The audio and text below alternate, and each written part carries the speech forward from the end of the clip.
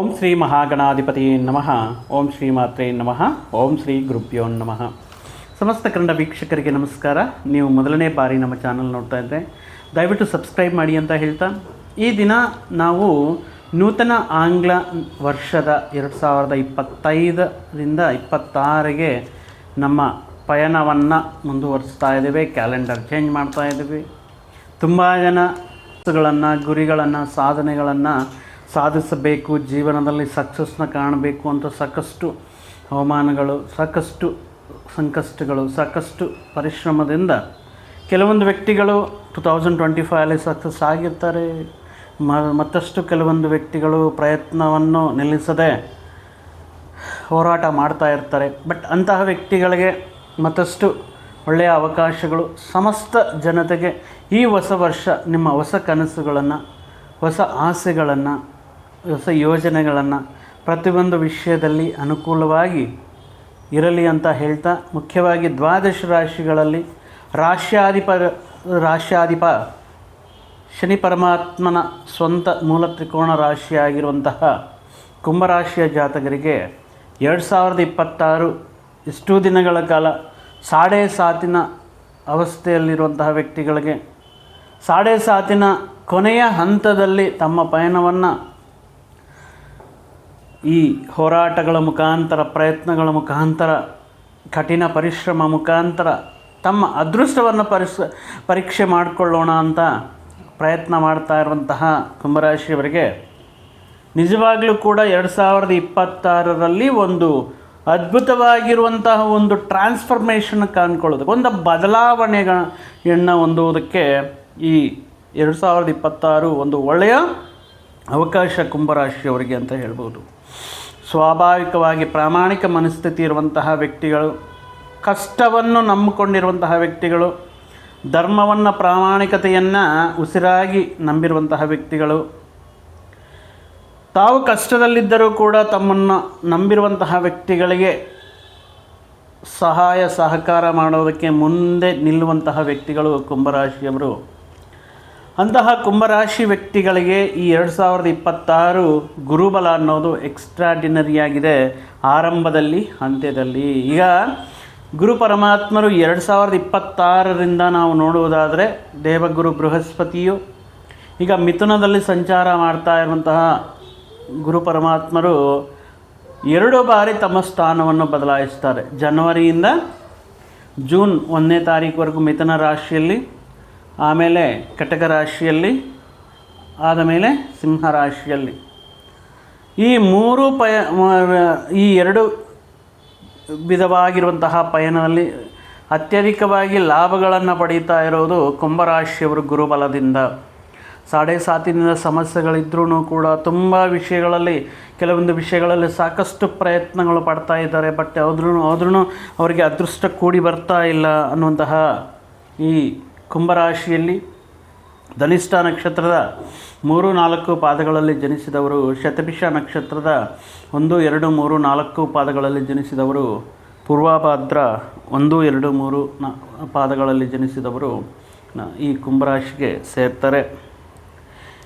ಈ ವರ್ಷ ಮುಂಚೆ ಹೇಳಿದಂಗೆ ಒಂದು ಅದ್ಭುತವಾಗಿರುವಂತಹ ಒಂದು ಬದಲಾವಣೆಗಳನ್ನು ತರುವಂತಹ ವರ್ಷ ಇವರಿಗೆ ಅಂತ ಹೇಳಬಹುದು.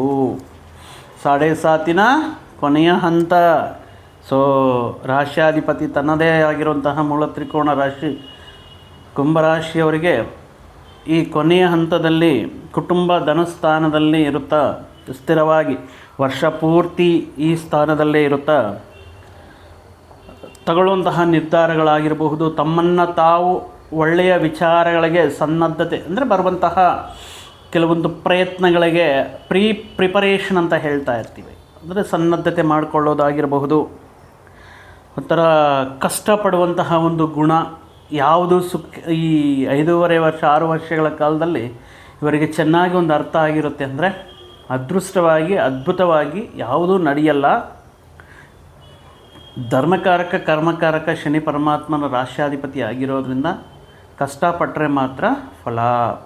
ಸುಮ್ಮನೆ ಆರಾಮಾಗಿ ವಿಲಾಸಮಯ ಜೀವನವನ್ನು ನೋಡ್ತಾ ಕನಸುಗಳಲ್ಲಿ ಜೀವನವನ್ನು ಮಾಡುವಂತಹ ಸಂದರ್ಭಗಳು ಇಲ್ಲ.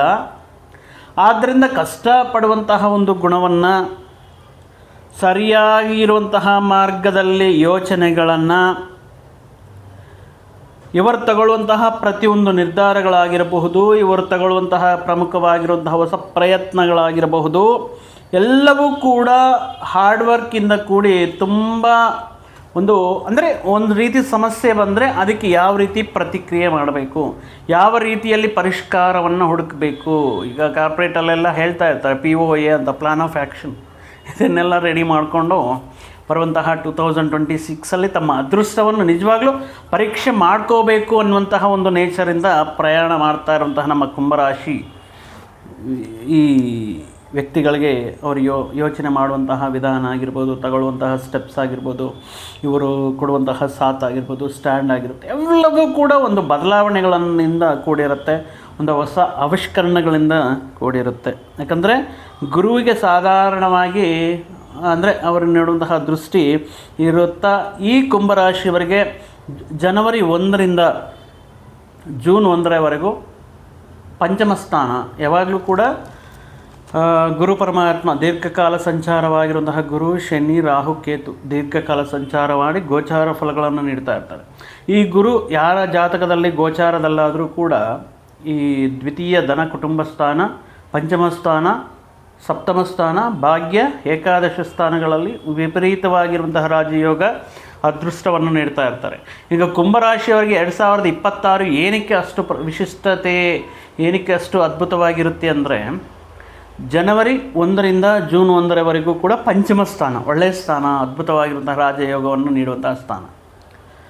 ಇನ್ನು ಎರಡನೆಯ ದಶೆ ಅಂದರೆ ಜೂನ್ 1ರಿಂದ ಅಕ್ಟೋಬರ್ 31ರವರೆಗೂ ಕೂಡ ಇದು 6ನೇ ಸ್ಥಾನ. ಸ್ವಲ್ಪ ಈ 3 ಮಂತ್ಸ್ ಏನಿದೆಯೋ, ಸ್ವಲ್ಪ 3 to 4 ಮಂತ್ಸ್ ಏನಿದೆಯೋ, ಇದು ಸ್ವಲ್ಪ ಸ್ಟ್ರಗ್ಲಿಂಗ್ ಪೀರಿಯಡ್ ಅಂತ ಹೇಳ್ಬೋದು ಇಲ್ಲಿ ಸ್ವಲ್ಪ. ಮತ್ತು ಅಕ್ಟೋಬರ್ 31ರಿಂದ ಡಿಸೆಂಬರ್ ಎಂಡಿಂಗ್ವರೆಗೂ ಕೂಡ ಸಪ್ತಮ ಸ್ಥಾನ. ಇಲ್ಲಿ ನೋಡಿ, ಪಂಚಮ ಸಪ್ತಮ ಎರಡೂ ಸ್ಥಾನಗಳಲ್ಲಿ ಯೋಗಕಾರಕನಾಗಿದ್ರೂ ಕೂಡ ಮಧ್ಯದಲ್ಲಿ ಸ್ವಲ್ಪ ಸಣ್ಣ ಪುಟ್ಟ ತೊಂದರೆಗಳನ್ನು ನೀಡ್ತಾ ಇರ್ತಾರೆ. ಅದು ಯಾವ ರೀತಿ ಇರುತ್ತೆ ಅಂತ ನೋಡೋದಾದರೆ, ಮುಖ್ಯವಾಗಿ ಪಂಚಮದಲ್ಲಿ ಸಂಚಾರ ಮಾಡ್ತಾ ಇರುವಂತಹ ಗುರು ಪರಮಾತ್ಮರು ಒಳ್ಳೆಯ ಧನಯೋಗ, ವಿಪರೀತವಾಗಿರುವಂತಹ ಧನ ಪ್ರವಾಹ ಮತ್ತು ವಿಪರೀತವಾಗಿರುವಂತಹ ಧನಲಾಭಗಳು, ಅಧಿಕವಾಗಿ ಆದಾಯ, ಕಷ್ಟಕ್ಕೆ ತಕ್ಕ ಫಲಿತ ಸಿಕ್ಕಿದ್ರು ಅಂತ ಕಾಯ್ತಾ ಇರುವಂತಹವರಿಗೆ ಇವರ ಎಕ್ಸ್ಪೆಕ್ಟೇಷನ್ಸ್ಗೆ ಮೀರಿ ಆದಾಯವನ್ನು ಪಡೆಯೋದು, ವಿವಿಧ ಮಾರ್ಗಗಳ ಮುಖಾಂತರ ಆದಾಯ ಪಡೆಯೋದು, ಇವರ ಹೆಸರು, ಗೌರವ, ಮರ್ಯಾದೆಗಳು ದುಪ್ಪಟ್ಟು ಆಗುವುದು, ಈ ನೇಮ್ ಆ್ಯಂಡ್ ಫೇಮ್ ಏನಾದರೂ ಇದ್ರೂ ಕೂಡ ಈ ಸಮುದಾಯದಲ್ಲಿ, ಇವರ ಗುಂಪಿನಲ್ಲಿ, ಇವರ ಸಾಮಾಜಿಕ ವಿಷಯಗಳಲ್ಲಿ ಒಳ್ಳೆಯ ಗೌರವ ಸ್ಥಾನಮಾನ ಅನ್ನೋದು ಸಿಗ್ತಾ ಇರುತ್ತೆ. ಉದ್ಯೋಗಸ್ಥರಿಗೆ ಇನ್ಕ್ರಿಮೆಂಟ್ಸ್ ಅದ್ಭುತವಾಗಿ ಎಕ್ಸ್ಪೆಕ್ಟೇಷನ್ಸ್ಗೆ ಮೀರಿ ಇನ್ಕ್ರಿಮೆಂಟ್ ಆಗೋದಾಗಿರ್ಬೋದು. ಈಗ ಮಾಡುವಂತಹ ಹೊಸ ಉದ್ಯೋಗ ಪ್ರಯತ್ನಗಳು ಕೂಡ ಈಡೇರುತ್ತೆ. ಉದ್ಯೋಗದ ಬಗ್ಗೆ ಮತ್ತೆ ಹೇಳ್ತೀನಿ ಅದು ಯಾವ ರೀತಿ ಇರುತ್ತೆ ಅಂತ. ಇನ್ನು ವಿವಾಹ ಪ್ರಯತ್ನಗಳ ಅನುಕೂಲವಾಗಿರುತ್ತೆ. ಇನ್ನು ಸಂತಾನದ ಬಗ್ಗೆ, ಸಂತಾನಕ್ಕೋಸ್ಕರ ಪ್ರಯತ್ನ ಮಾಡ್ತಾ ಇರುವಂಥ ವ್ಯಕ್ತಿಗಳು ಸಂತಾನದ ಮುಖಾಂತರ ಅಥವಾ ಸಂತಾನ ಪಡೆಯೋದರಲ್ಲಿ ಗುಡ್ ನ್ಯೂಸ್ ಕೇಳುವಂತಹ, ಒಂದು ಸಂತಸದ ಸುದ್ದಿಯನ್ನು ಕೇಳುವಂತಹ ವಿಷಯಗಳು ನಡೆಯಬಹುದು. ವ್ಯಾಪಾರಗಳಲ್ಲಿ ವಿಶೇಷವಾಗಿ ಲಾಭಗಳನ್ನು ನೋಡುವುದಾಗಿರಬಹುದು. ಈ ಸಂದರ್ಭದಲ್ಲಿ ವಿದೇಶಿ ಯೋಗ, ವಿದೇಶಿ ವಾಸ, ವಿದೇಶಿ ಉದ್ಯೋಗ ಇತ್ಯಾದಿ ವಿಷಯಗಳೆಲ್ಲ ಕೂಡಿ ಬರುತ್ತೆ. ಈಗ ಸಪ್ತಮ ದೃಷ್ಟಿ ಇರುತ್ತೆ, 1, 5, 7 ಈ ದೃಷ್ಟಿ ಗುರುವಿಗೆ ಇರೋದರಿಂದ, ಈಗ ಸಪ್ತಮ ದೃಷ್ಟಿ ಭಾಗ್ಯಸ್ಥಾನದ ಮೇಲೆ ಬೀಳೋದ್ರಿಂದ ಕುಂಭರಾಶಿಯವರಿಗೆ ಈ 2026 ಅನ್ನುವಂತಹ ಪ್ರಯಾಣದಲ್ಲಿ ಹೊಸ ವ್ಯಕ್ತಿಗಳು ಪರಿಚಯ ಆಗ್ತಾರೆ, ಪ್ರಮುಖ ವ್ಯಕ್ತಿಗಳು ಪರಿಚಯ ಆಗ್ತಾರೆ. ಉನ್ನತ ಸ್ಥಾನಮಾನದಲ್ಲಿರುವಂತಹ ವ್ಯಕ್ತಿಗಳ ಪರಿಚಯ, ಇವರ ಒಳ್ಳೆಯತನ, ಇವರ ಹಾರ್ಡ್ ವರ್ಕನ್ನು ರಿಕಗ್ನೈಸ್ ಮಾಡೋದಾಗಿರಬಹುದು. ಇವರಿಗೆ ಮತ್ತಷ್ಟು ಉತ್ತಮ ರೀತಿಯಲ್ಲಿ ಜವಾಬ್ದಾರಿಗಳನ್ನು ವಹಿಸುವುದಾಗಿರಬಹುದು. ಇವರು ಮಾಡುವಂತಹ ಪ್ರಯತ್ನಗಳಲ್ಲಿ ಸಾಲು ಯಶಸ್ಸುಗಳು, ಅಂದರೆ ಒಂದರ ಮೇಲೆ ಒಂದು ಅದ್ಭುತ ರೀತಿಯಲ್ಲಿ, ಅಂದರೆ ಹಿಂದಿನ ದಿನಗಳಲ್ಲಿ ಸಾಕಷ್ಟು ಅವಮಾನಗಳನ್ನು, ಸಾಕಷ್ಟು ಫೇಲ್ಯೂರ್ಸ್ನ ನೋಡಿರುವಂತಹ ವ್ಯಕ್ತಿಗಳಿಗೆ ಈ ಪಂಚಮ ಗುರು ಅನ್ನೋದು ಈ ರೀತಿ ಅದ್ಭುತವಾಗಿರುವಂತಹ ಧನಲಾಭ, ಭೂಲಾಭ, ಒಳ್ಳೆಯ ಆರೋಗ್ಯ, ಒಳ್ಳೆಯ ಕುಟುಂಬ ಸೌಖ್ಯ, ಕುಟುಂಬ ಸ್ಥಾನ, ಸೊ ಈ ವಿಷಯಗಳಿಂದ ಇವರಿಗೆ ಅದ್ಭುತ ರೀತಿಯಲ್ಲಿ ಯೋಗ ಫಲಗಳನ್ನೋದಿರುತ್ತೆ. ಪ್ರೀತಿ ಪ್ರೇಮ ವ್ಯವಹಾರಗಳಲ್ಲಿ ಯಶಸ್ಸು ಕಾಣೋದು, ಸಂತಾನದ ಮುಖಾಂತರ ಒಳ್ಳೆಯ ಸ್ಥಾನಮಾನದಲ್ಲಿ ಅಂದರೆ ಒಳ್ಳೆಯ ರೀತಿಯಲ್ಲಿ ಅಂಕಗಳನ್ನು ಪಡೆಯೋದು, ಒಳ್ಳೆಯ ಹುದ್ದೆಗೆ ಆಯ್ಕೆಯಾಗೋದು, ಸಂತಾನದ ಮುಖಾಂತರ ವಿದೇಶಿ ಅವಕಾಶಗಳು, ವಿವಾಹ ಪ್ರಯತ್ನಗಳು ಇತ್ಯಾದಿ ವಿಷಯಗಳ ಮುಖಾಂತರ ಒಂದು ರೀತಿ ಈ ಗುರುಬಲ ಅನ್ನೋದು ಅದ್ಭುತವಾಗಿ ಕುಂಭರಾಶಿಯವರಿಗೆ ಒಳ್ಳೆಯ ಶುಭ ಫಲಗಳನ್ನು ಇರುತ್ತೆ.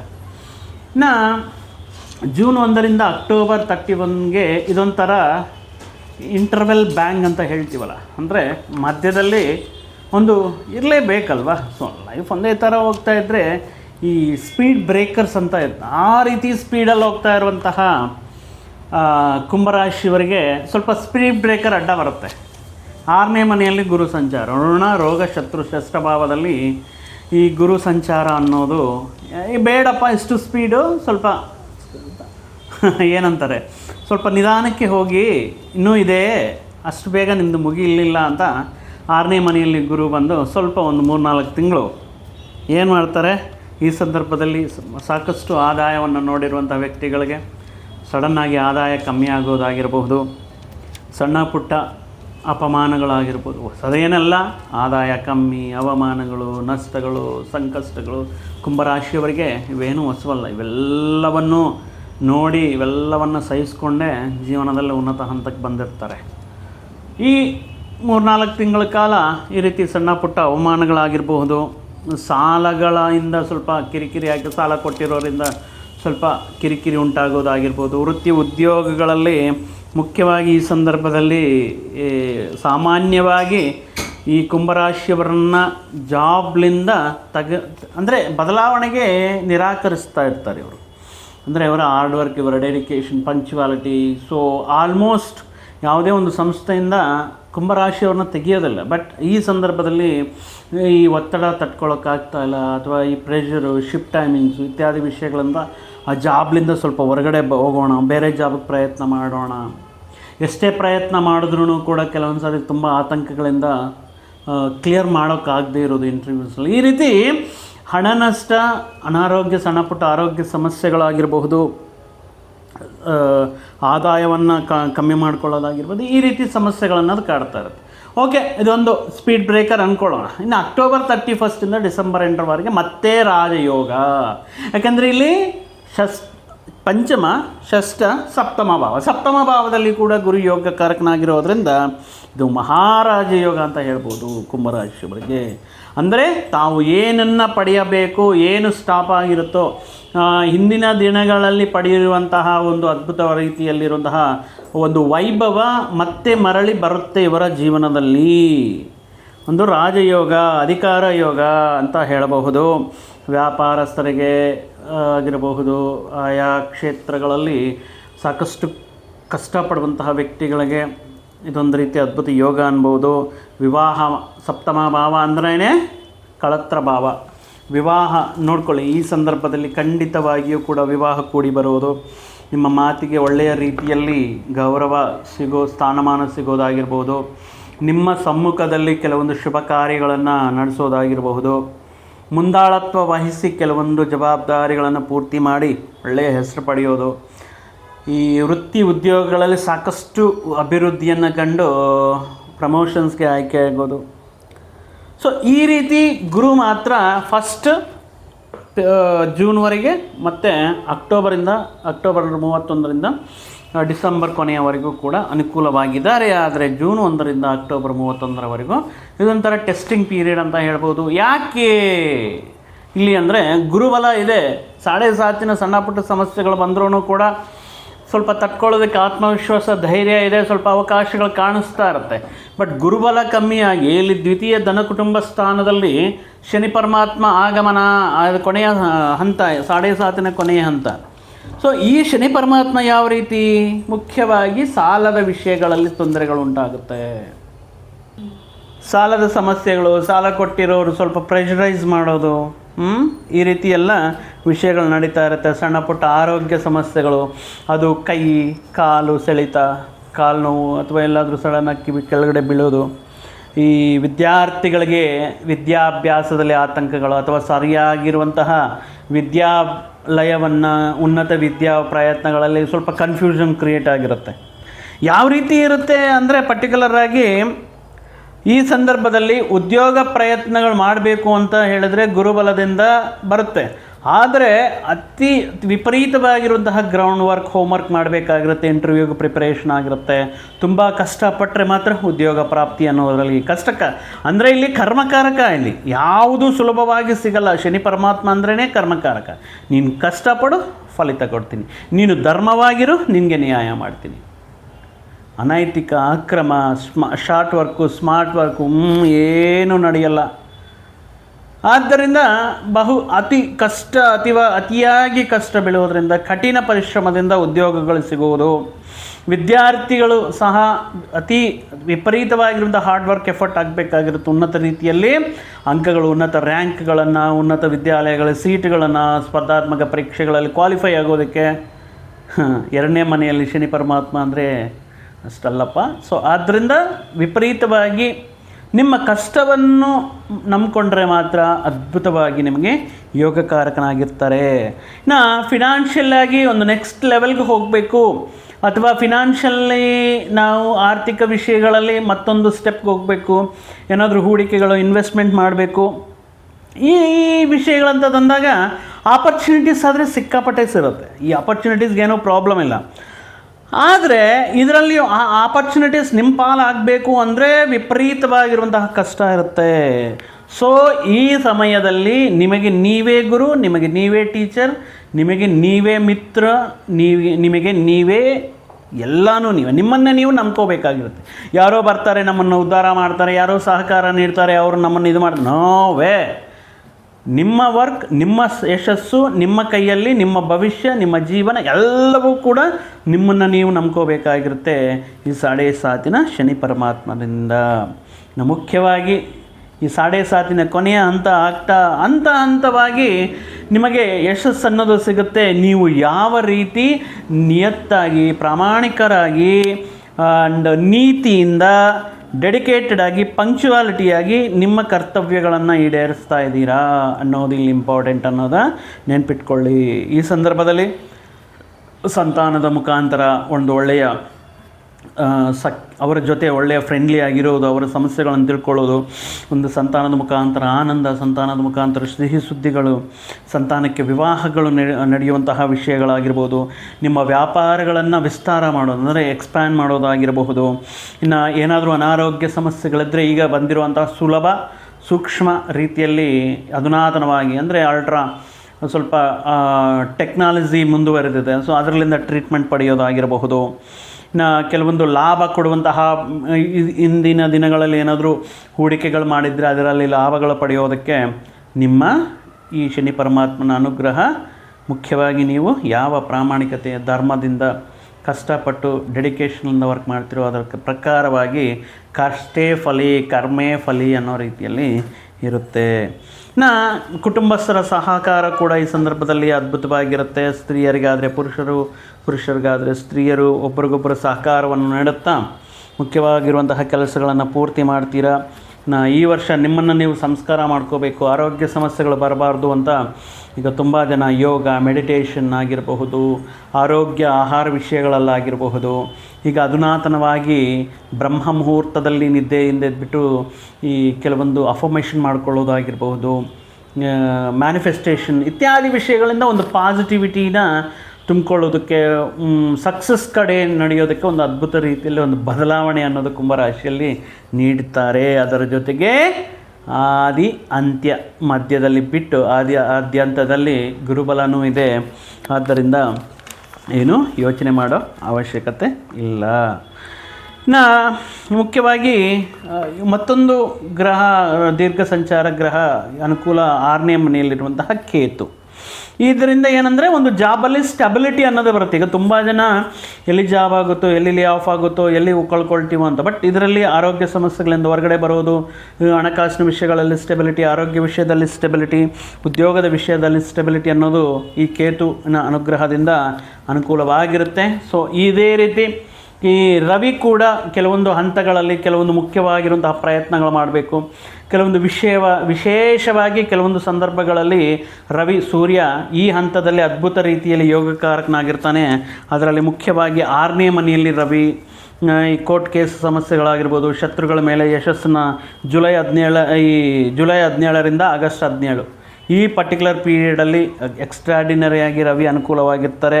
ಇನ್ನು ನವಂಬರ್ 17ರಿಂದ ಡಿಸೆಂಬರ್ 17ರವರೆಗೂ ರವಿ ಅನುಕೂಲತೆ, ಇಲ್ಲಿ ಕೂಡ ನೀವು ಹೊಸ ಪ್ರಯತ್ನಗಳು ಮಾಡಬಹುದು.